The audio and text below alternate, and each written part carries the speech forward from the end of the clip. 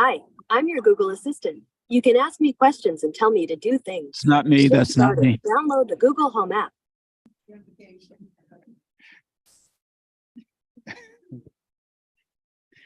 Did you need help with Google? Did what? Did you need help with Google? I don't know where that came from. Are we okay now? Are we okay now?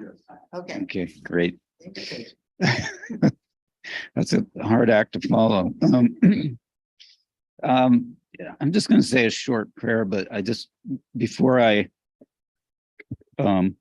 say that prayer, I had as I was thinking today, I usually thank God for what he's doing in our city, and those are all legitimate things, but I began to think about thankfulness and how important that is in all of our lives. There's thankfulness and there's gratefulness, and to me, thankfulness is the water that falls on a grateful heart. Thankfulness is usually expressed physically, like we either say thank you or we give someone a gift of thanks. But gratefulness is more of a heart condition. And there's so much to be thankful for. But sometimes the heart isn't there, but if you give thanks and speak it and practice it, you begin to cultivate that in your heart and in your life. And I just want to apply that tonight as we do pray. And I do come to you, Heavenly Father, thankful and grateful for everything we do have, Lord. And above all, I'm thankful tonight for the people that are around me, the city council contingent, including our city clerk, everyone in the administration, all our employees. I've met a lot of people in the present city government that they're a blessing to me, Lord God. And I'm grateful that they're in my life and that I can interact with them and fellowship with them and appreciate everything that they do. Lord, I pray for your blessing tonight on all these people, Lord, my city council people, everyone in the administration, our employees of every department that work so hard to make this successful. And I pray that blessing is going to spread out throughout our city and touch many lives, Lord, for your glory. In Jesus' name, amen. Pledge allegiance to the flag of the United States of America and to the republic for which it stands, one nation, under God, indivisible, with liberty and justice for all.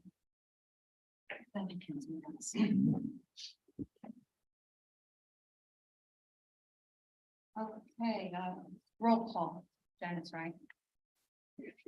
Mr. Allison, Here. Mr. Mackey, Here. Mr. Bider, Here. Mrs. Katz. Here. I need a motion for approval of city council meetings dated 3/30/23. So moved. Second. Any questions? If not, Mrs. Frank, the vote. Mr. Allison, Yes. Mr. Mackey, Yes. Mr. Bider, Yes. Mrs. Katz. Yes. Next is on the agenda is limited courtesy of the floor. We've had no request. What we're going to do with the agenda tonight, we are going to flip around a little bit here. Chief, we're going to put you up first because you said, I understand you have a meeting to go to, another one. So if you would like to come up first.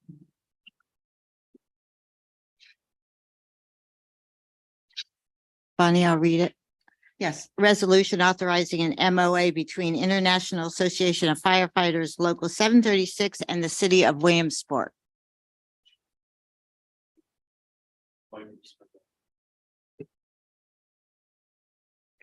Okay, Chief. Good evening, Vice President Katz, members of council. Before you is a resolution authorizing a memorandum of agreement between the International Association of Firefighters Local 736 and the city of Williamsport This is for a health screening that looks for items such as abdominal aortic aneurysms, heart conditions, cancer. They look at the spleen, the liver, the kidneys, the other parts. And they've been very successful. This company in particular, I just spoke with a firefighter shortly before coming over, who stated that just in Montgomery County, Maryland, where he works, they were successful last year. Their union did something very similar with the department, the county, and the union, and they were successful. They saved 3 firefighters and 1 police officer. They found spots on their liver. Turned out to be a malignant tumor, but they caught it early, and he's back to work. That firefighter's back to work and functioning well, so cancer free. So it's been approved by not approved, but reviewed by Austin White, the solicitor, and taken before the Public Safety Committee. Thank you, Chief. Janice, Frank, we need a motion. Yeah, first. So move. Second. We did this at Public Safety, and there were questions afterwards, Chief. There really were. One of them I'm going to ask Norm Lubin to help me out on this, okay? This is being incorporated by the union into your union contract, right? No, it's not into the union contract. Okay, this is, when you read this, you look at it and it's like, is this, because the union is involved. And I Right. think that's what we're questioning. So this is not part of this. There'll be no legacy costs. And this is a 3-year period, right? Correct. So what this is for a baseline, to get baseline stats. In the event somebody down the road gets cancer, we can look back and say, well, in 2023, they were cancer free. Nothing was detected in this health screening, and then move forward with, they developed cancer while they were on the job. So, One of the things that we discussed is there's no dollar amount in the resolution correct, because you said that'd be very hard to do, but it would come to $11,700 max. max, which for the 3 entities, this would be the responsibility of the union, the city, and the company itself. Well, no, the The wellness committee, The wellness committee, right? which is $3,900 for each entity to put into it, which from what you also said, this would be like $325 per person for this. Correct. And that's extremely cheap. You can't even walk into a doctor's office for that kind of This money. day and age, no. And they do all these tests on site. Yes, yes. And What do they have, a truck? How do they do this? that I'm not really sure of. They did say that they have devices that they need to set up. So when this is completed, I believe it's done the 3rd week of May, I believe it was. I didn't write a date down. If you did give us a date. Yeah, I think it was like the 20th, 21st, somewhere right around there. But it's a 3-day process. They will be conducting it up at the SOC on Reichert Avenue, the old company Mhm. too, right across from, I can't remember the new name of the Oh, I know, Alcan I cable. know. But yeah, so that we'll be having it up there. There's plenty of room up there that I guess they did a video conference, I'm not sure. But Lieutenant Delaney really went over and above in researching this and, making sure that it was the right thing, the cost was right, everything. So, And as you said, the cost is coming out of contract services. correct. Norm, I talked to you about this and the chief is saying that this is not part of a union contract.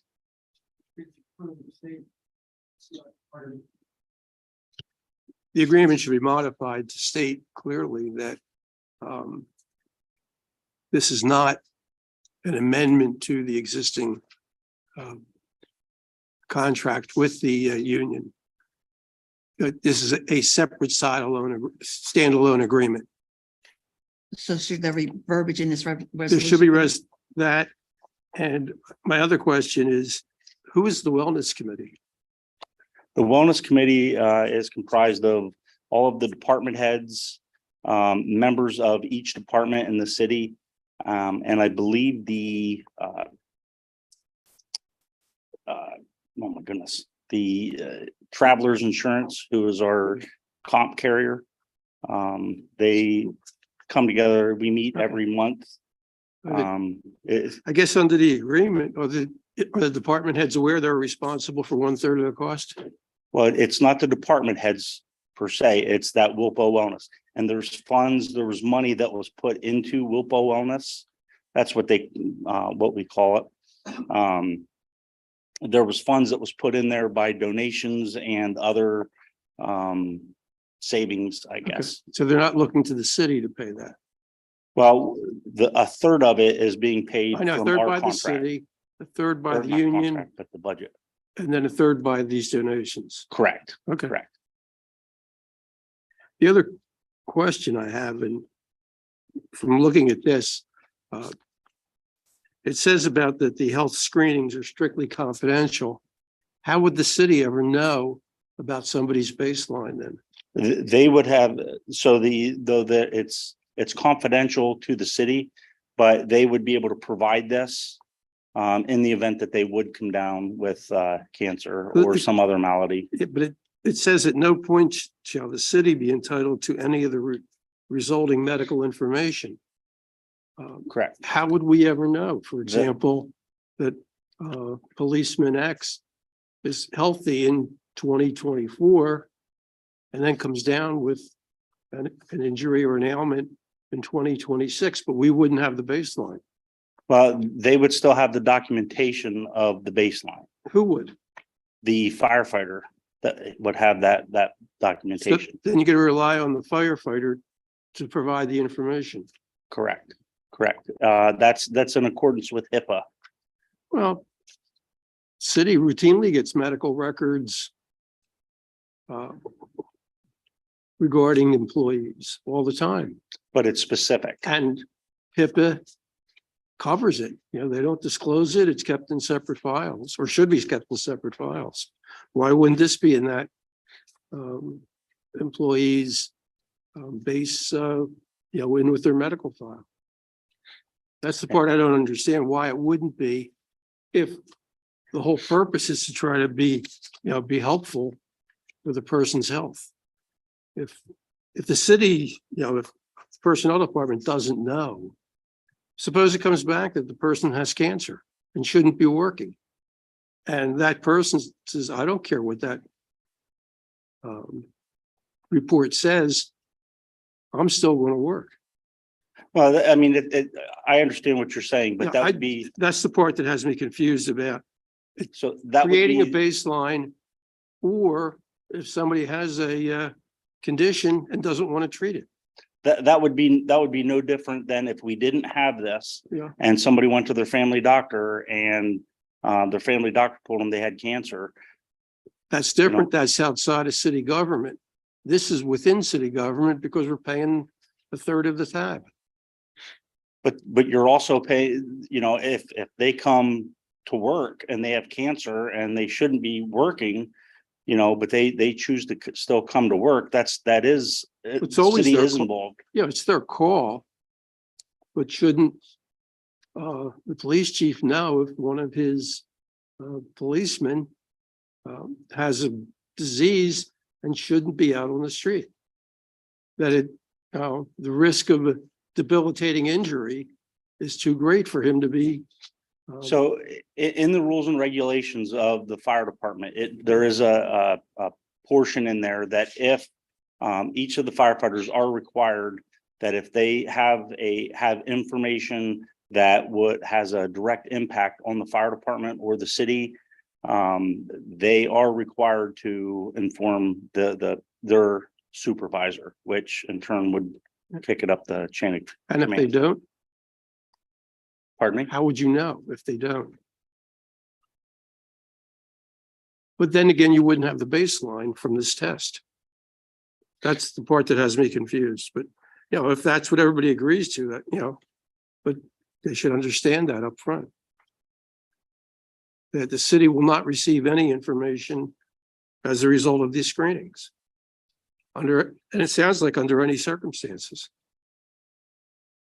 If there's like I said, if there's cancer or some other malady, you know, the firefighter would provide, like I said, provide that as a baseline.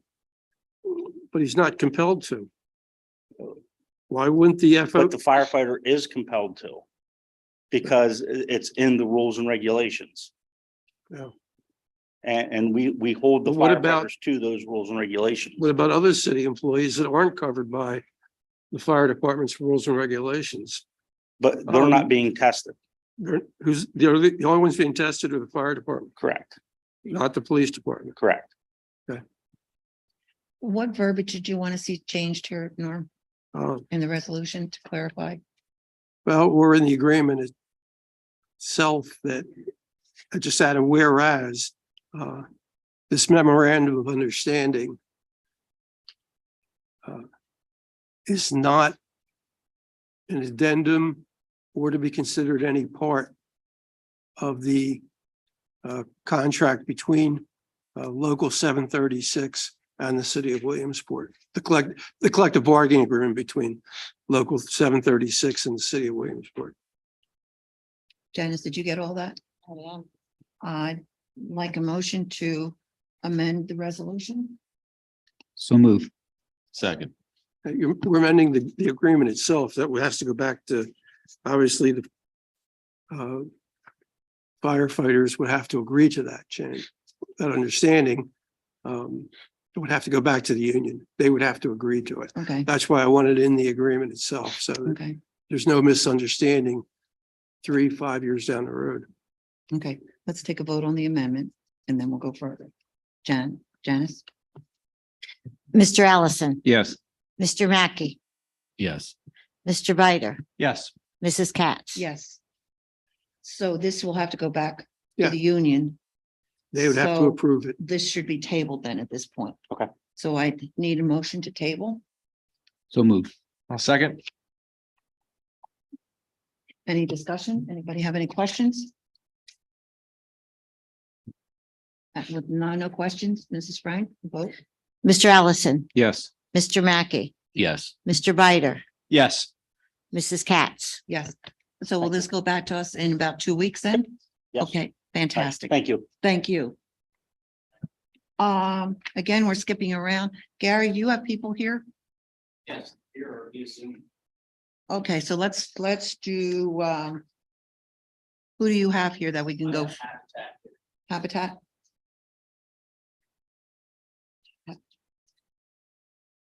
Mrs. Frank? I don't read anything. Okay, You have to take a motion Yeah. in a second. okay.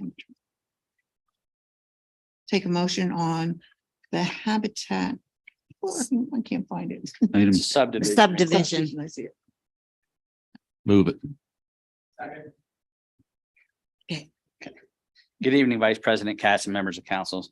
What I have for you tonight is a request from the Redevelopment Authority in conjunction with Habitat for Humanity for a 6-lot subdivision in order to place 6 Habitat for Humanity homes on these lots.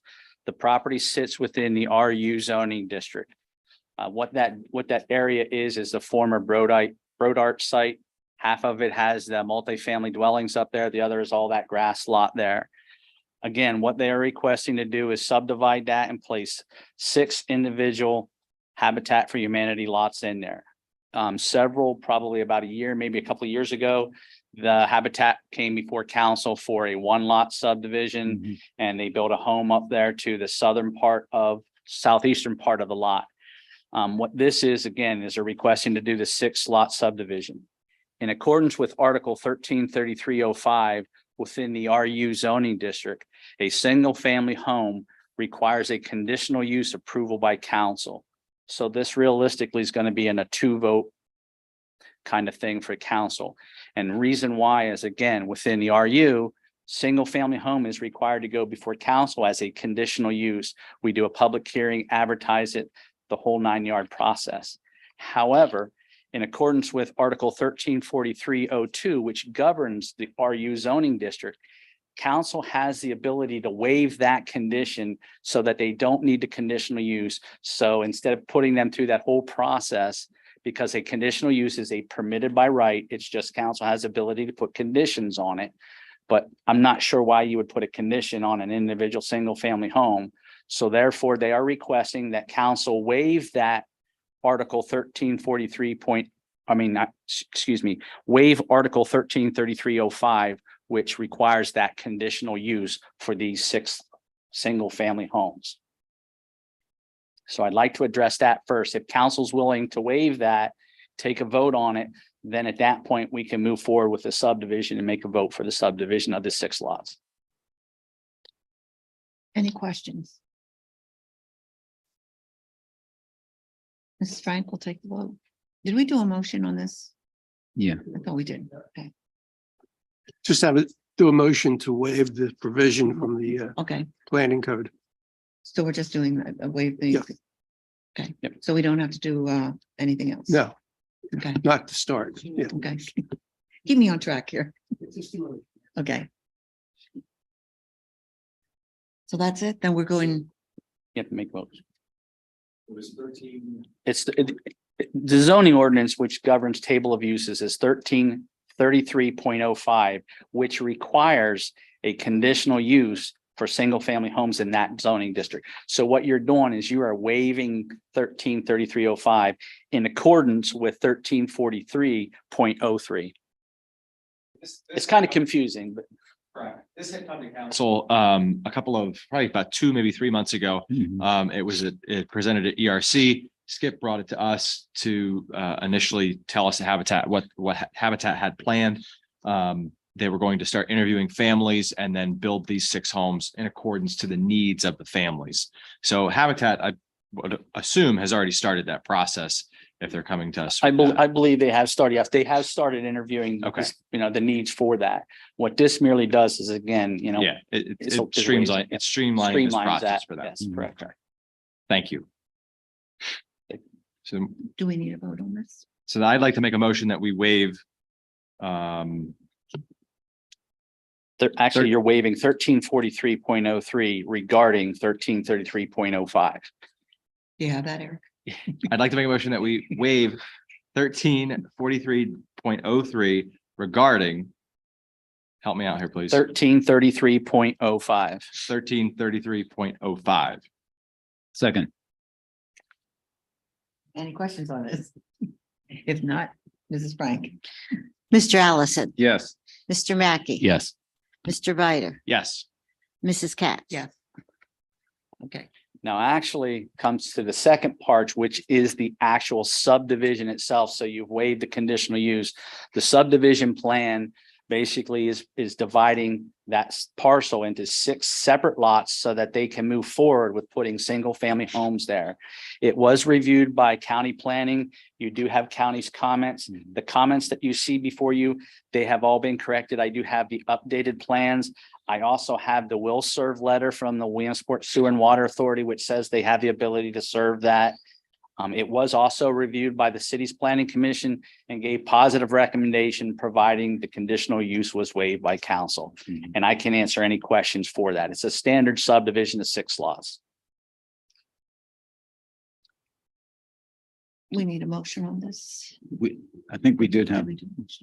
Any questions?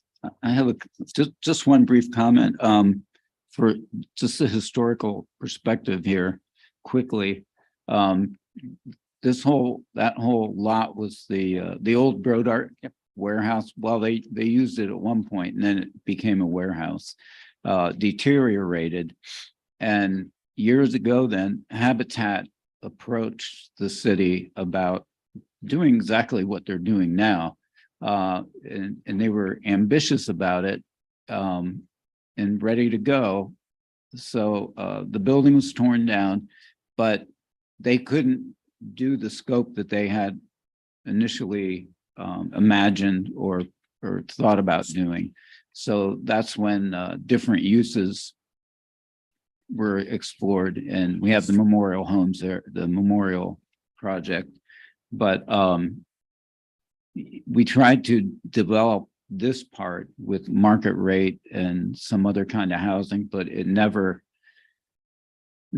nothing ever came to fruition. So it's good to see the initial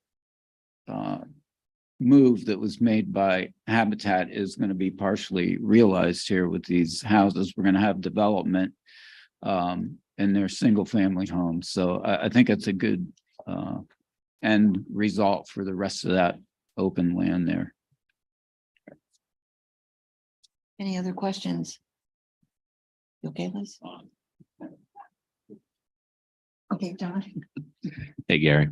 How you doing? The front of these properties are on Scott Street. Correct.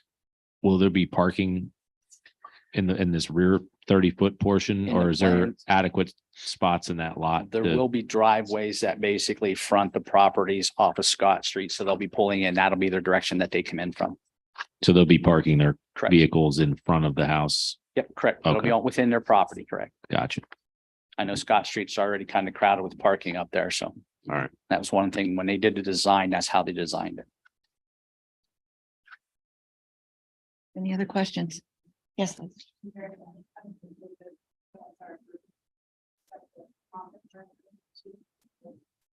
Discuss what? Is the pocket park element still a part of this project? I know that was one of the. The open space wise, yes, that lot number 1 still will remain open space as a requirement in accordance with the RU. So the first lot that you see on lot 1, that's actually going to be, it's identified as lot 1, and you see a square in there. That's just to show you the setbacks, which is standard. But it is that lot 1 will be an open space for a park and recreation area for those families in accordance with the RU. So they are keeping some of the RU characteristics of that.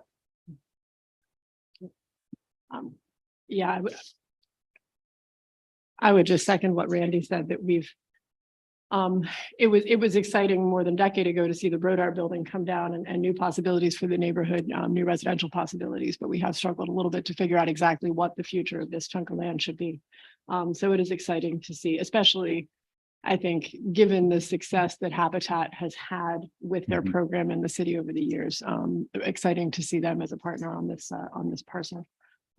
I do think that it'll really make a big difference in that neighborhood, which is a very good neighborhood and a solid residential neighborhood in the city. But to add that many owner occupied properties is really a great thing there. Thanks, Gary. Any other questions? If not, Mrs. Frank. Mr. Allison, Yes. Mr. Mackey, Yes. Mr. Bider, Yes. Ms. Mealy, Yes. Mrs. Katz. Yes. Motion carried. Next one on the agenda here would be a subdivision for River Valley Plaza. Are you okay? Yeah, I do have Rick. I believe Rick Mahonsky's online.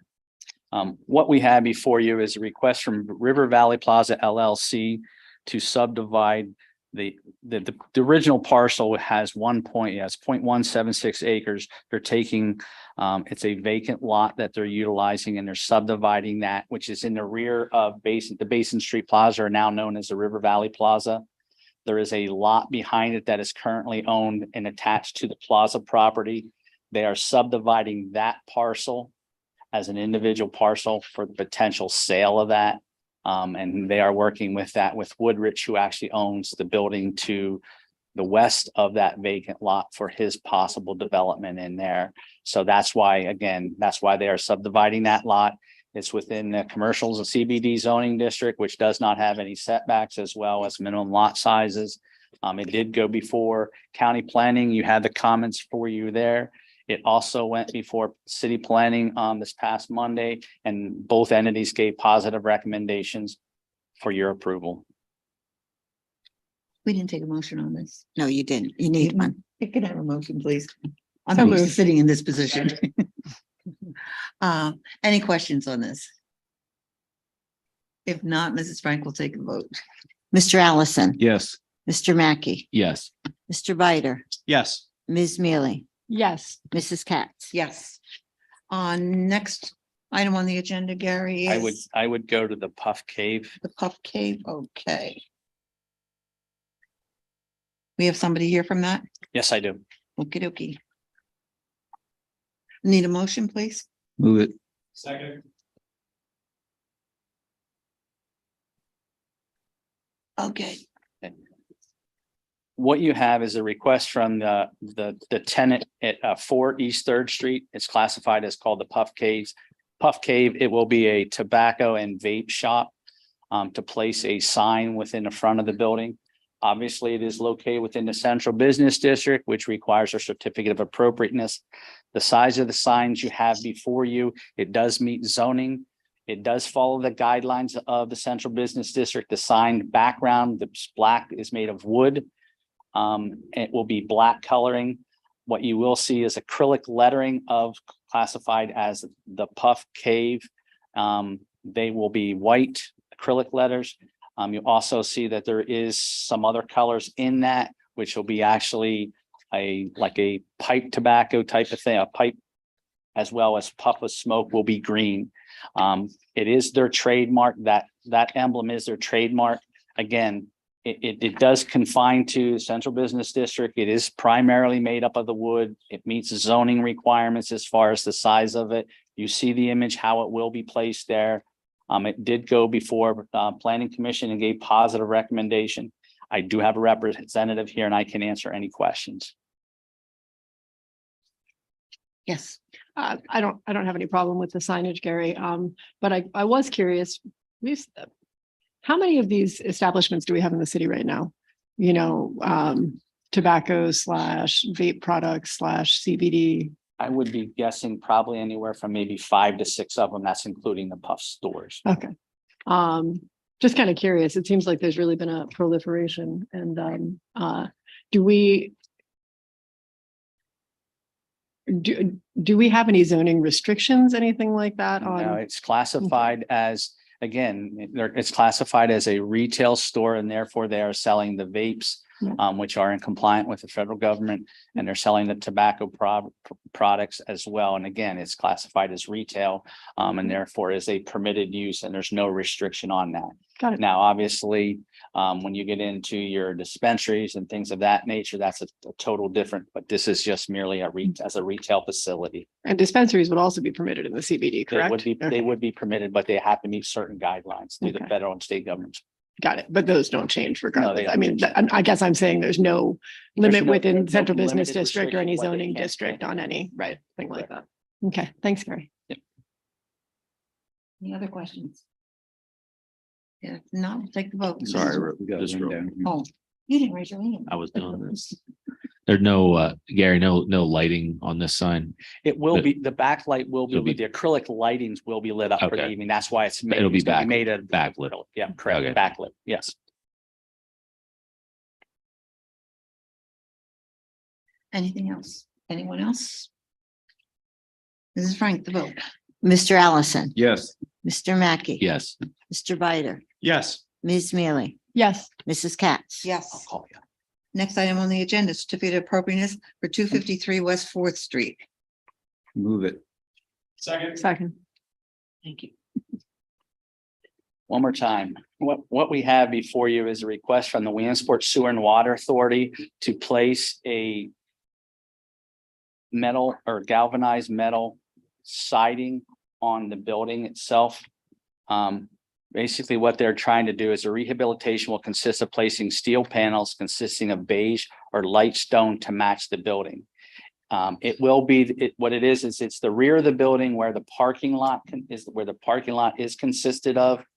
That backside obviously is kind of like a stucco and continuously becomes issues with them every couple of years. They've had to go in and do something with that. So what they are requesting to do is place that side wall with this galvanized or the steel panels consisting of either a beige or light stone colors. Now, those colors do conform with obviously within what they call earth tone within a central business district. The ordinance states that the building itself must be made up of less than 50% of the steel or metal fabric. The design that you have before you, the drawings that you do have show that based off of the total square linear footage of the building, it is less than the 50%. It's actually 23%. So they're requesting to place that obviously with this color. It was reviewed at Planning Commission, and Planning Commission made their recommendation that they are not happy, obviously, with that. They feel the Planning Commission reviewed it and they would like to only see less than 25% of that building, even though it is under the 50% made up of something other than, I should take it back. 25% would be steel is what their recommendation is, that back wall, versus having that whole wall become a steel, beige, or stone colored facade. And again, that was their main concern with that, is because basically what you're doing is it's in the heart of the central business district. A whole wall is going to be of this steel panel of its earth tone color, but they would like to see the water and sewer authority come back with something other than that whole wall being made up of this. That was their recommendation to City Council. And I can answer any questions. Well, I mean, what's the reasoning for using this steel as opposed to any other? And how high is this wall? The wall is approximately, I would say, anywhere from about 20? 15 to 20 feet height. And again, it's the Okay. rear wall of the Water and Sewer Authority, Right. where that parking lot is. So the problem that they've obviously had, because if it's a stucco type of facility, it keeps peeling off and water getting in there and breaking that away. They would like to solve that and put this up so that they don't have to every couple of years come back and replace that.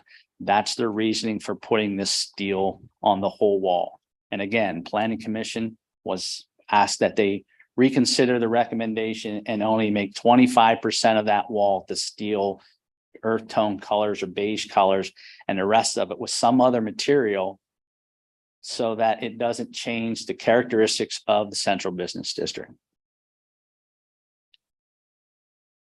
Ms. Mealy.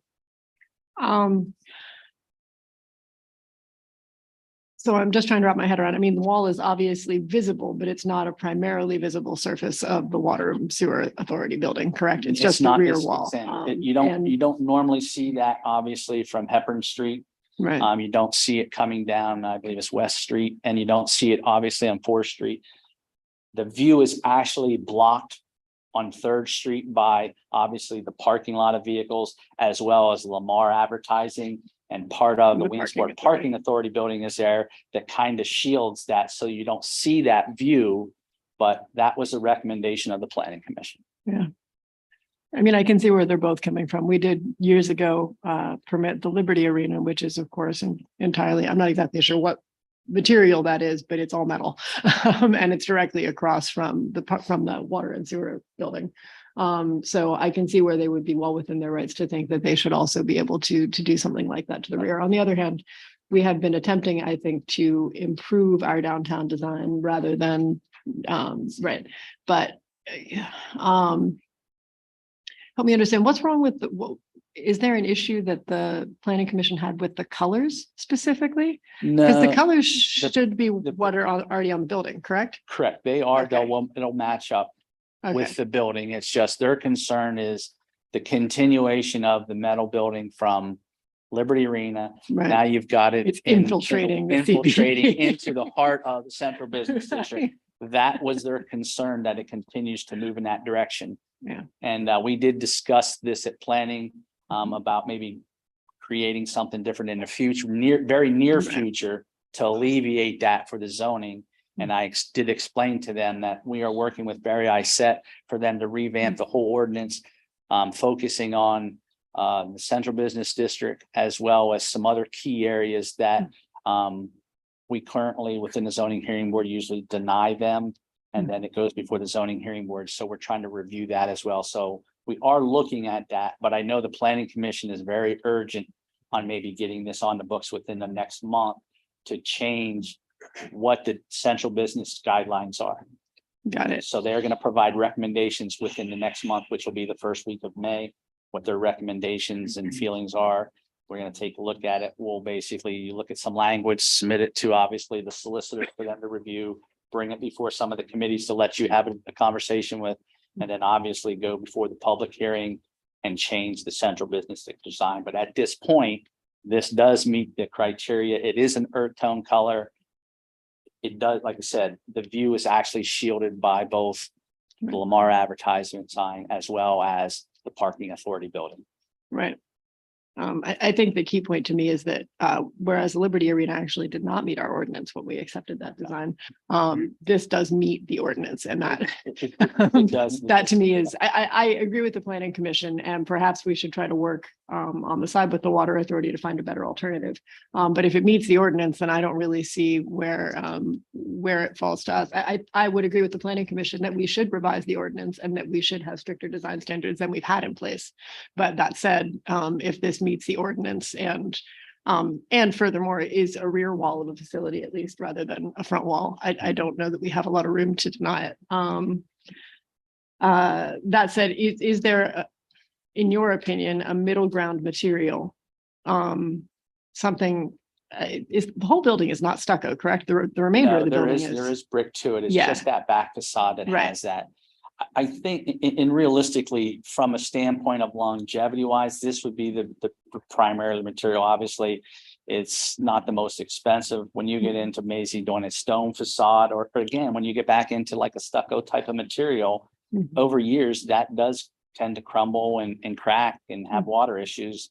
This is something that they'll have that secured so that you won't have that and they won't have those issues in the future. So I'm just not sure what they would cost Right. effective Right. And some be sort of, asked to replace with other than this type of steel panel. and drive it or something like that falls under the rubric of stucco in terms Correct, of yeah. lifetime. Okay. Got it. All right. Sorry, I'll yield. Randy, did you have something that you wanted to say? Sorry. Oh, I thought you.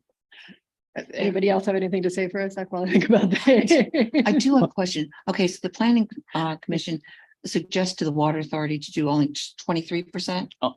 No, actually what it is They want them to do just they 25% wanted of to the just rear wall. 25% be of a steel type of Of the rear material wall. and the rest may come up for them to come up with something else. But again, within the design, downtown design standards, it does meet the criteria of our current ordinance, which says the total building has to be less than 50%. This is 23%. It does make up that whole wall, but it does apply to the earth tone colors within the central business district. So they're going to go that route. They're not going to go with the suggestion. They would like to stick with this, They would like correct? to- We did provide them with this. They would like to stick with this. Again, the planning commission is looking in the future maybe to do that, that 25%, providing that it meets the vote of council. Okay. And we don't have a representative from the water authority here. I believe they may be online.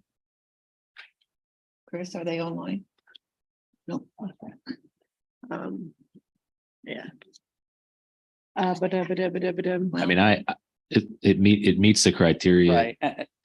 This to me, I don't even know why we're talking about this, to be quite honest with you. I mean, I mean, I mean, it's not a full American flag wall, but, in all its beauty. Yeah.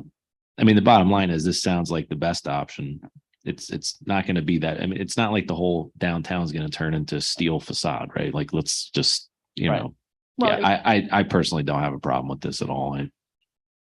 In the language of the central business district design, had it not state that it has to come before council, if it would just meet all those criteria, just like a lot of other zoning ordinances, it would be up to the discretion of myself to basically say it does meet that criteria. It is permitted use, but in the language, it does say that all of those must go before council. Sure. Yes. Absolutely. yeah. I think And that reason I realized why we're talking about it. That was just more of a Yep, general. understand. I'm not I sure just why wanted to we're. reiterate. Yeah. No, I get it. but I think the only thing, John, is that we don't often get a negative recommendation from one of our committees or commissions, and then, you know what I mean? But to my. That way of doesn't mean it's thinking- right. Right. If it doesn't follow the law, then I Sure. think, then there's not a whole lot we can do except, I mean, perhaps we can approve it with a note to the applicant that we would prefer that they find a different solution, and a note to the planning commission that the more quickly they can move on revised standards, I will discuss that Right, with the Williamsport Sewer and the Water. happier Authority. we'll be with the project, something like that. With no further questions, we'll take a vote. Mrs. Frank. Mr. Allison, Yes. Mr. Mackey. Yes. Mr. Bider, Yes. Ms. Mealy, Yes. Mrs. Katz. Yes. That's it. Mr. Nar, I think that's all we have for you right now. Thank you. So we're going to go back up to the top of the agenda. Item number 5, an ordinance transfer number 2, first reading. You need a And this is The motion? mayor, I need a motion. Move it. Yes, good evening, Vice President Katz, members of council administration. What you have before you is an ordinance in the first reading in the amount of $150,271. This is following the approval last week of the pension and also by the police pension board. This is to satisfy that amount. And this was reviewed in finance. Ms. Mealy. Yes, this was reviewed in finance, and not forwarded with anything. Sorry, I can't get that out of my brain. I need to say that. And the reception was generally positive. We know that this is an obligation. We need to take care of it as soon as possible. These are funds in place for something that is effectively almost an emergency use of funds. I don't think anyone was necessarily expecting the case to get settled or perhaps in this fashion. So this is the proper place to pull it from. That said, I think that none of us would be disappointed if we can find money elsewhere in the budget over the course of the next few months to see this money put back into the emergency fund and those funds taken from another location. Of note, this is not anything that we could utilize ARPA funds for as a pension obligation item. Any other questions? If not, we'll take the vote. Mrs. Frank. Mr. Allison, Yes. Mr. Mackey, Yes. Mr. Bider, No. Ms. Mealy, Yes. Mrs. Katz. No, Yes. It doesn't. pardon me. Yeah. 3-2. It's back. I was thinking of the ordinance. Next item on the agenda, Chris, is Mr. Mackey on this? You're up in front there, Mr. Mackey. Resolution real estate reduction for Family Promise. Take a motion. Move it. Second. I'm here. So, members of council, this is for Nina Hutchinson, or we're doing it for Habitat here? Family Practice. Which one are you on first here? We're doing Family Promise. Family Promise. This was a reassessment done by the county. They had found that the property was worth a different value from what it was actually done, and they've reduced it from $1,143,000 to about $157,000. And it's going to reduce the tax obligation from $18,543.68 to $2,551.56. This property address is on 320 Park Avenue. Any questions?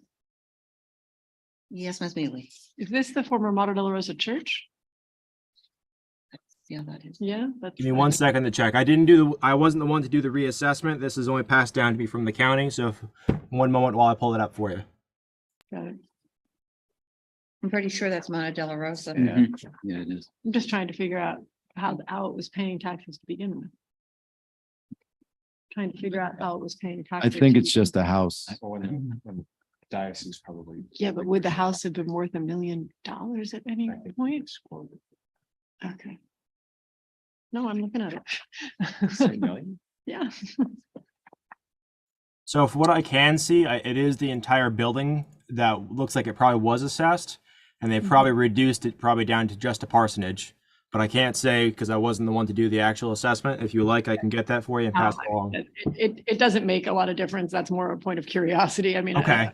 A reduction is what it is. I was just kind of curious because I'm surprised that parcel was assessed at all. Or was a tax-paying parcel at all.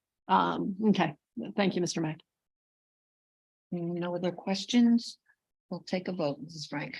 Mr. Allison, Yes. Mr. Mackey, Yes. Mr. Bider, Yes. Ms. Mealy, Yes. Mrs. Katz. Yes. And next item on the agenda is Resolution real estate exoneration on 1003 Tucker Street. Okay, this was done for Nina Hutchinson. They had found that they're going to reduce the value of this property to zero and its tax obligations to zero due to a disabled veteran. That's what the assessment was done at, and that's what they approved it for. Any questions? Move it. Second. Thank you. If no questions, we'll take a vote. Mrs. Frank. Mr. Allison, Yes. Mr. Mackey, Yes. Mr. Bider, Yes. Ms. Mealy, Yes. Mrs. Katz. Yes. Okay, and I think that's all we have for you, isn't it? We got one. No, Mr. no, I'm Mackey. talking with John Mr. Mackey. Not Kevin Mackey. Yeah, different Mackie. Yep, I think that's it for me. Relation, I no know, relation. Two Mackeys, which is unbelievable. Okay, so we're done with Kevin's then. Now we're on to resolution. Resolution awarding WSP amendment for Graphius Run instrumentation. Mr. Sanders, I need a motion, first of all. Move it. Second. Yes, good evening, council. Sorry, allergies get to me this time of year, bad. Anyway, so what you have before you is a resolution awarding an amendment to WSP's existing contract in the amount of $157,632. That's $157,632 to purchase, install, and run and monitor sensors that we're going to place in Graphius Run, both the east branch and the west branch, to allow Streets and Parks forces to get alerts ahead of time when the water is rising within Graphius Run. And I think you have everything in front of you, but in case you don't, this is what they look like. They're little sensors about yay big, about this big. We're purchasing 6 of them, installing 4, so they're approximately $15,000 a piece. Actually, installing 4, keeping 2 for backup. On the back of the amendment, you can see the breakdown in cost.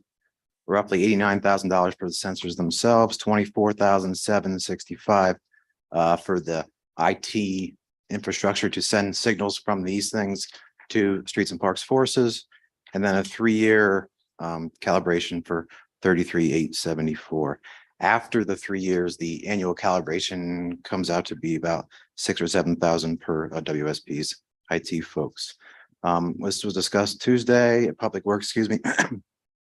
Some questions were asked. Are they durable? They're extremely durable. They're very rugged and durable. They can withstand extreme temperature differences. They're installed all over the world, literally all over the world. And they can run 7 days without charge. Solar power, they are actually solar powered, so they run themselves. So what we'll be doing here, if this was awarded, placing 2 of these down at the bottom of Graphius Run before they get into the inlets underground. Also 2 more up into Loyalsock. Already consulted with Loyalsock. Bill Burdett, he has no issue with that. I'll have to work with the property owners there, obviously. And these, like I said, send real-time alerts to Scott and anyone via text, phone call, email, whatever.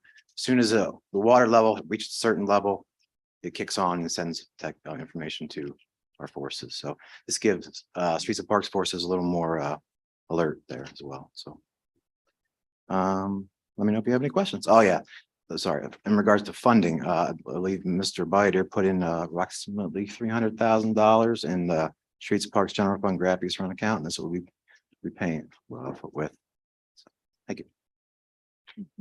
This did come to Public Works, and one of the questions is there a battery backup? Did you check into that? There is a battery backup. It can run up to 7 days. Yes. Okay. So we don't have to worry about solar if we have dark clouds for that amount of time. Yep. And I think you said the 6 instruments are being purchased, 4 will be installed and with 2 backups. And what did I have? $33,874. That's the breakdown on the back of That's the the cost. Yeah, that's Okay. the annual subscription cost for 3 years. Okay, After 3 years, it turns into $6,000 to $7,000 a year. So we'd have to budget for maintenance fee every $6,000 to $7,000 per year to maintain or to keep the service open and active. and when did you say this could be, if this is passed? How Yep. soon? Sure. Their engineer that actually installs these is out of Tennessee area, and he said he'd be on the first flight he could to spot areas, and they're going to order them immediately. Okay. Any questions from anyone? Yes, John. John, the two that are gonna be down by Graffius Run, are those, which side of the street are those gonna be on? I don't know. They You didn't don't- select don't. locations yet. And then how far upstream are the other two gonna be put? Roughly, so let's say the stream is Right, 2 miles, maybe somewhere at the 1 mile mark. I would think the upstream one would be, Okay. the other one will be a couple hundred, I would assume, a couple hundred linear feet from the inlets, but I don't know what it's gonna be at the discretion of WSP's senior engineers to. and make they that will, call. will they both be, will both sets of those monitors be set to the same, to alert at the same level, or will, you get what I'm saying? Yeah, I know what you're saying. Water level wise. Yeah. We didn't get that in depth and no pun intended, into that. So, obviously they do this all over the world. Sure, So, and this is actually a very small application for Right. these. They use these on much bigger rivers and streams. and whatnot. how, when an alert is triggered, how much time, extra time are we thinking this is gonna give Streets and Parks to actually get somebody over there? As opposed to, hey, it's flooding, get Well, over there. Yeah, right now, so there's literally just a video feed that Right. someone has to stay and watch. Right. Whereas this one's gonna call people in the middle of the night, say, hey, the water is rising, as opposed to, hey, flooding has occurred.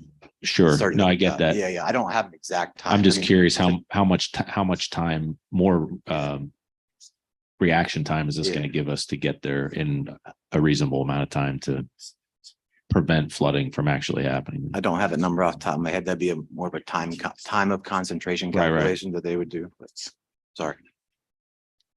John, if I can ask, is somebody going to be able to monitor that level real time? Yes. So we can see, Yes. all right, it's at a foot, it's at 2 feet, it's at 3 feet. So once we hit possibly 3 feet, we can get an alert and then we can say, all right, now we've got that extra time to get out there. So It will create a stage diagram as shown on the back got it. in real time. And do we know if Streets and Parks is gonna have any type of policy in place that says when it gets to 2 feet, we need to have somebody start working their way from wherever they're at. When it gets to 3 feet, we need to be here. When we get to 4, you know what I'm saying? I know Is there exactly gonna- what you're saying. I don't know. I wish Scott Livermore was here. I'm Right. sure we will Yeah, install. I mean, I hope that that's gonna be part of this procedure. Yes, Ms. Beely. My guess, John, is it's not so much to improve response time, it's to improve our knowledge of what's going on with the stream without us having to rely on an individual watching a feed all night Mhm. long or something like that. So that then we can develop a policy and procedure based on slightly more accurate information. Sure. No, yeah, That's real I get time. that. Right, It's a yeah. little bit of both, to be honest. Yeah.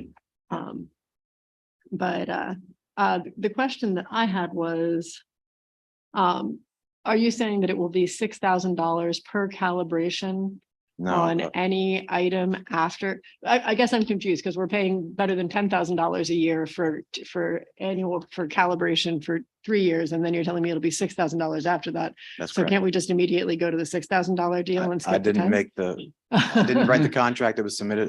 It was roughly 11 grand for the first 3 years, and then Right. thereafter 6 to 7. That's the numbers. Well, And if I guess, could you clarify that? It's not a make or break, but could you clarify that for me? Because the calibration that they're saying in this package is $10,000 a year Yep. for Mhm. 3 years for up to 2 events on both basins. Yep. And what is the second? The second basin is, we've got 4, we've got 2 in each basin. Is that correct, basically? there's 2 in Okay. each basin. So I guess I'm wondering 2 things. A, what's the additional cost if we have more than 2 events? Because there Yeah. certainly are years when we have more than 2 events. And B, that $6,000 annually after that, or whatever it is. I Yeah. guess I'm confused, and I suspect it might not be annually. It might be per calibration of all 4 modules. No, I have Um, those questions. Some similar questions were asked Tuesday, and I got direct answers from WSP in writing. $6 to Got it. $7,000 per year to run the software. As far as the calibration, that's the 3-year, that's the upfront cost. To run the software. So Yeah. it's $6,000 to $7,000 a year for us to simply continue operating these things. The Correct. calibration will cost us additional money per year. In the event we needed it, once Okay. they're set up, they should be good to go, but that's it's a fail safe they need to be calibrated. So, Got it. Yeah. I guess I'm assuming that they need to be calibrated pretty frequently if they're saying that after any event, they have to calibrate them I assume so. through the contract. So if we could figure out what the ongoing cost of that would be, that would probably be a positive thing. I mean, just because we're going to need to budget this in streets and parks from here on out, right? So Yes, then ma'am. we're talking $6,000 to $7,000 plus an additional $11,000 to, right? And then at some point, John, I would assume the question becomes, how much does it cost us to have a guy watch a video feed all night long versus maintain a bunch of sensors every year? And, like, but They sit there with their phone. yeah, well, that's what I'm That's saying. what they're Anyway, doing. It's yeah, like- you know, like, can we come up with a solution that's The somewhere better in the middle solution, that is, right. that is way cheaper than $18,000 a year and gives us the same amount of real-time information.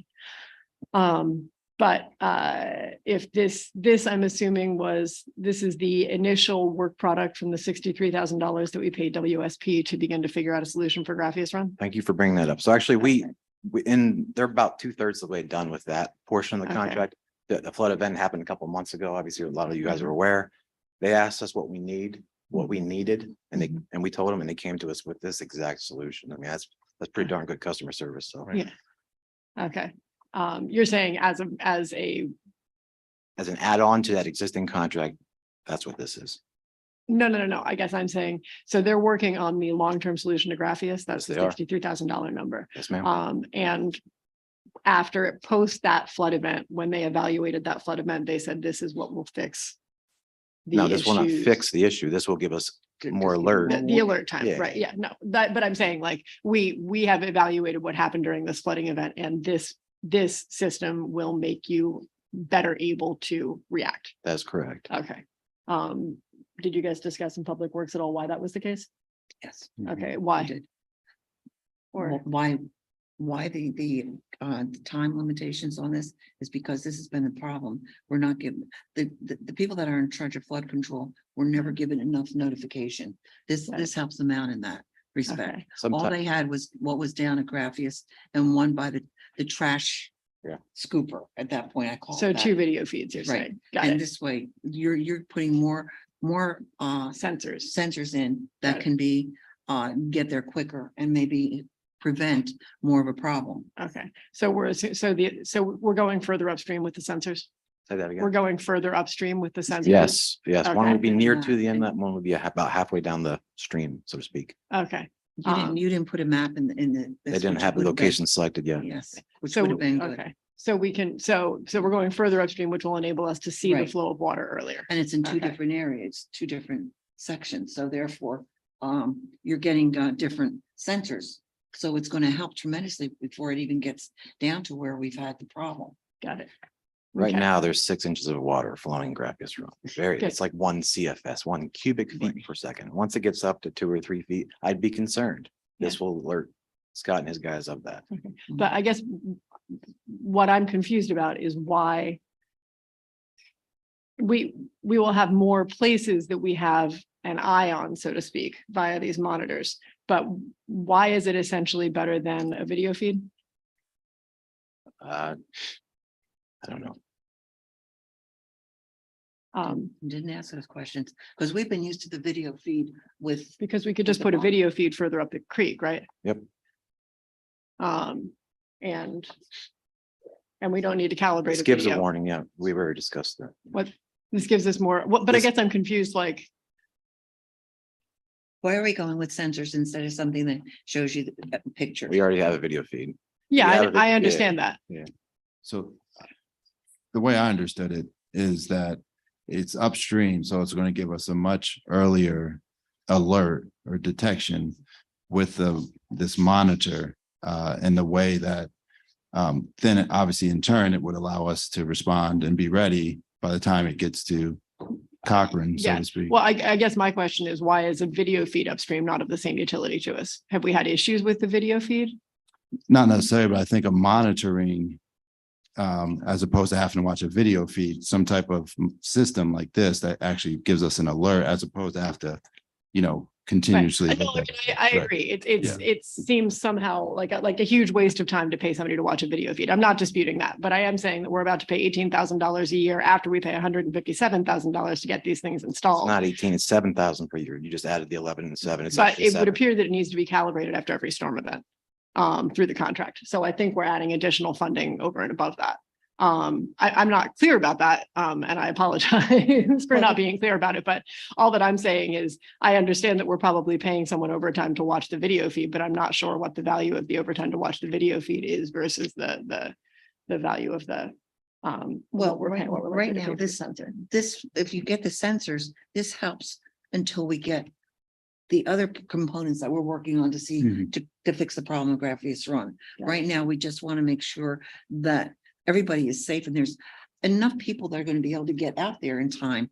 I mean, it's difficult to get everybody in motion when, John, how much time, how much lead time usually with the video feed? It isn't that much lead time. You're just watching it, and Yeah, and the big it's- thing is the debris, in which Yeah. we're also looking at as How well. fast that happens. We had So if discussion. you have this, Got it. And these the monitors will, the upstream. monitors will track debris too. right, Oh, the monitors can track well, debris. because what'll So happen, the monitors can track debris as no, well. no, What? The monitors can track debris. no, No. no, Oh, okay. because that's just strictly, it's strictly water, the water level. The And water, the sensors monitor water depth and send alerts when they Yeah. get to a certain Got water it. depth. Got it. Yes. Okay. Yeah. All right. because in one sense, we've talked about it before, the amount of water isn't the main problem. Right. It's what's in the water Right. Yes. that's the problem. When we looked at the PowerPoint in the committee, there is a waterproof camera option. That it's optional though. So, we didn't elect to have that, but would that be helpful on the upstream ones to be able to actually see what's in the water? Coming down. It probably would be helpful, but from the standpoint of you're also talking how much more money, I don't. Yeah. I don't Oh, know yeah, I what don't that's- know. I Right. mean, that. I mean, And ongoing probably, yeah, money, not just. the main problem's the main solution is getting the debris out, and there is a mechanism to do that, and then we will. And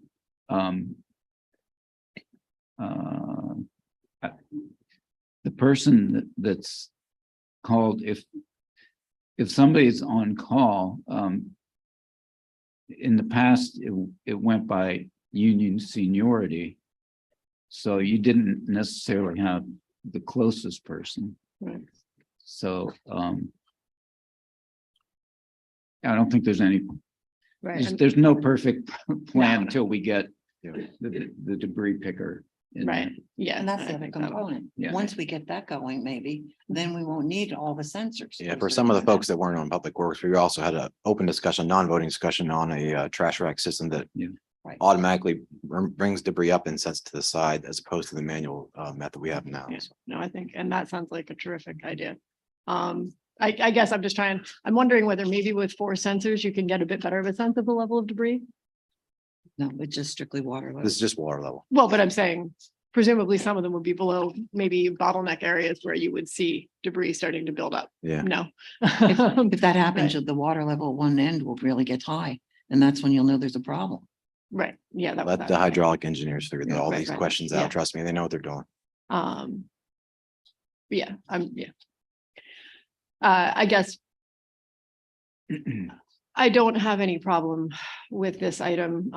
If it is theoretically going to enable us to provide better service to the folks who are currently having issues with flooding from Graffius. I have seen us spend a lot of money with this company and I continue to feel as though we haven't necessarily seen a lot for it. And I'm hoping that this isn't yet another example of them selling us a large and expensive solution to a problem that we could have solved some way that was significantly cheaper. But if this is what we think will fix the problem, and our city engineer feels as well, this is our best option, then That's not necessarily going to fix the problem. It will very much help. right. Yes, if this is something that we feel will improve the situation, then I guess we give it a go. I would ask that the administration plan 3 years down the road before we continue the contract with WSP for a handful of variables, one of which would be to find somebody else to calibrate these items more cheaply. And also just to evaluate the extent to which they have truly provided any utility to us and any decreased loss in the Graphius Run waterway. Because it's not clear to me that that will necessarily be an outcome. But like I said, I'm not an engineer, John, you are. So all I am is somebody who looks at numbers and says, yo. So anyway, all right, thanks, guys. In the past, I can understand your hesitancy, given the fact that we've paid this company a lot of money for evaluation and studies and everything, but this is a true blue item that'll give us some real world answers Okay. rather quickly. Excellent. Well, I look forward to hearing more about that as we see the effectiveness of it. Any other questions? If not, Mrs. Frank. Mr. Allison, Yes. Mr. Mackey, Yes. Mr. Bider, Yes. Ms. Mealy, Yes. Mrs. Katz. Yes. Thank you, John. Thank you. Item 14 on the agenda, except for filing, Finance Committee minutes 1/3/23 and 1/17/23, and WMWA and WMSA 2/22/23. Do I have a motion? Move it. Second. Any questions? If not, we'll take the vote. Mr. Allison, Yes. Mr. Mackey, Yes. Mr. Bider, Yes. Ms. Mealy, Yes. Mrs. Katz. Yes. Announcements. Our next city council meeting will be held Thursday, April 27th, 2023, 7 p.m. at Trade and Transit 2, 144 West 3rd Street, 3rd floor. Upcoming meetings, Tuesday, April 18th, 6:30 p.m. Harb. Wednesday, April 19th, 10 a.m. Blighted Properties. Thursday, April 20th is 10:30 a.m. Zoning Hearing Board. Tuesday, April 25th, 11:30 a.m. Public Safety, 1 p.m. Finance, 2:30 Public Works. Wednesday, April 26th, 9 a.m. ERC, 11:30 a.m. Redevelopment Authority. On Thursday, April 27th at 7 p.m. City Council meeting. Under comments, anybody in City Council have any comments? I do have a comment that Norm has an explanation that he'd like to give us about item number 5. There was a misunderstanding in how I understood our own city charter, and Norm's going to clarify that for us. Yes. By the vote of 3-2, the ordinance did not pass. Even though we have the contractual obligation to pay it.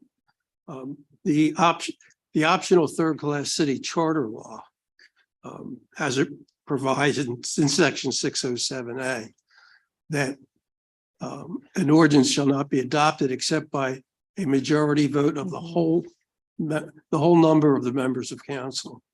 So any ordinance would require 4 votes to be adopted. And since we're at the same meeting, I would recommend that a reconsideration of the motion be considered. And it's going to need 4 votes to pass. We've got a contractual obligation to do it. Norm, it would have to be raised again by someone who originally voted no, or by someone who originally voted yes. Yeah. And what's the process? Who would open this up on the floor? You mean would have to be the prevailing party, which would have been one of the 2 no votes, since they were the prevailing party. Then I'll open up the floor to amend the vote, The motion to reconsider. to the vote. reconsider the vote. Yeah, unfortunately, that's what the ordinance said. Or it's not the ordinance. Our ordinances and the common law rule in Pennsylvania is it's a majority of the quorum. The optional third-class city charter law, the state put that in there back in 1957. And unfortunately, that's what the statute provides. So kept you busy tonight, Norm. Eric, are you standing where you voted, or are you going to change your vote? I'll change mine. I'll change my. Why don't we all change our votes? Yeah. Okay, they're all going to go no, we're going to go yes. Yeah. So on the ordinance in transfer number 2 in first reading, Mr. Allison, Yes. Mr. Mackey, Yes. Mr. Bider, No. Ms. Mealy, Yes. Mrs. Katz. Yes. Yeah, I realize it's a reluctant yes, and Yeah. on top of that is that I understand the view that if a person's convicted of a crime, they should not get a pension. Unfortunately, state law, the forfeiture one, is pretty specific. That it has to be one of the enumerated and it has to arise out of their duties. And Understand. unfortunately, or fortunately for Tom, but one of the other co-defendants, when he pled guilty, from what I've been told, is that the charge that he pled to was not one of the enumerated forfeiture statute provisions. So. Okay. But it's been applied here by the Commonwealth Court to Williamsport and also to Sunbury. They had an officer who was fired for letting her son use her police issued cell phone. And Commonwealth Court, she was fired and denied a pension. And Commonwealth Court said no, she's entitled to it because what she didn't arise out of her duties by letting her son use the phone. Okay. So Thank you, Norm. Thank you very much, Norm. Comments from the administration? Anything from the administration at all? Members of the public? We've got 2 people. My goodness. We'll take the ladies first. Name and address, please.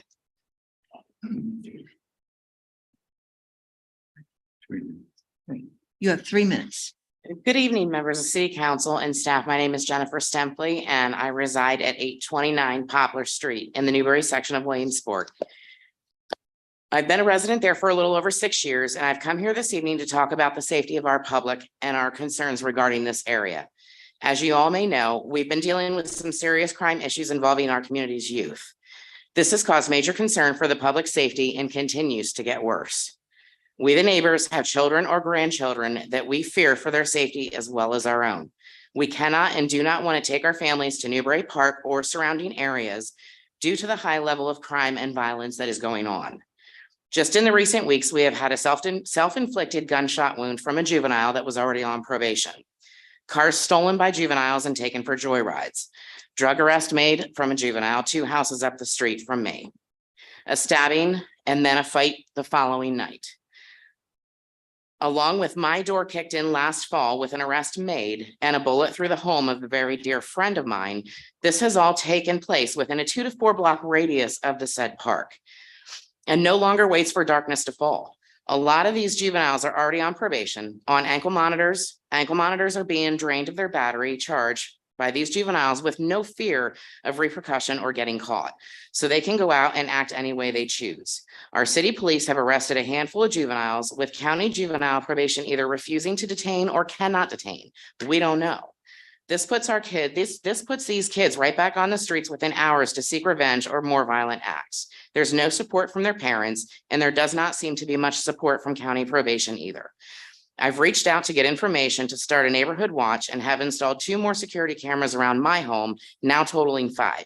I know our mayor is in the process of getting cameras updated at the city's parks, and law enforcement officers, along with the mayor, are actively working to get support for more patrols to prevent or at least be proactive and hopefully provide activities for these juveniles to hopefully become a part of.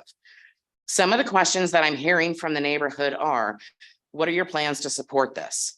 Where is the nearest detention center for these juveniles? Why are these juveniles not being detained by probation? Why are parents of said juveniles not being held responsible when they're refusing to cooperate and telling their children to do the same? Why is failing electronic monitoring not being reported and responded to? We're failing our youth, and I am asking for your support from the Sheriff's Department, county commissioners, juvenile probation, and you, city council members, to please put the public safety first and help us. We cannot make our community any safer without the help and support of everyone. And we can't bring any groups, programs, activities to our community without the support of everyone involved. Thank you. We thank you. We don't respond to the 3 minutes, but thank you very much. You're welcome. Yes.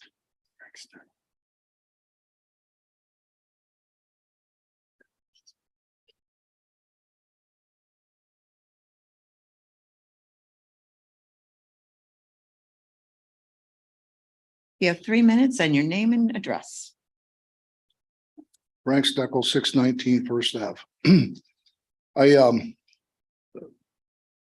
didn't come prepared about the flooding issue, but I know a couple years ago, 2 years ago, I think a friend of mine owned a house on Campbell's or one block Elmira. And when I went to the city to look into some things, I found out that whole area is a floodplain, I believe. When I wanted to take the paperwork home with me, they refused to give it to me. I don't know if that was legal or not. But from what I understand, I'm not sure if the people are even themselves aware or if the insurance companies are aware, but that when that runs, overflows, Graphius, I believe, it follows pretty much the course it did before it was put in the pipes and stuff. It goes right through people's yards, floods. I know one friend had a flooded basement. The other one, fortunately, didn't have to face that. But that's something I think people maybe don't know and maybe should know. That's considered, I believe, I could be wrong, but if you look into it, I believe that's considered floodplain up there, at least that path that it takes. That's the first thing I wanted to make a mention of. The other thing,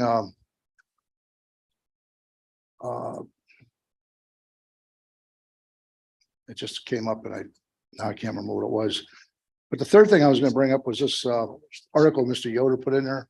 I was a little shocked to read that, according to him, I'm proud to represent our city and Williamsport City Council, bring the voice of the people to city government to ensure their needs are heard and addressed.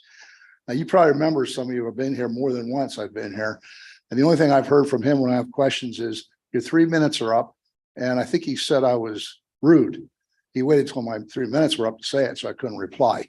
So that, in my opinion, I think that's, I mean, it's my opinion. I believe I'm allowed to. That's an absolute lie that he proposed there. There's other things in the article. As a matter of fact, I have 2 pages of notes that I want to go on about, but I think I'll wait till he's here. I didn't know he wasn't going to be here. I think that was it. There was another issue I wanted to bring up, but actually I forgot what it was. I wasn't prepared for it. So. See you next time. Yeah. Okay, thank you. Thank you very much. I see nobody from the news media. So I will take a motion to adjourn. Move it. Second. All those in favor? Aye. Aye. Good night, everybody. Night.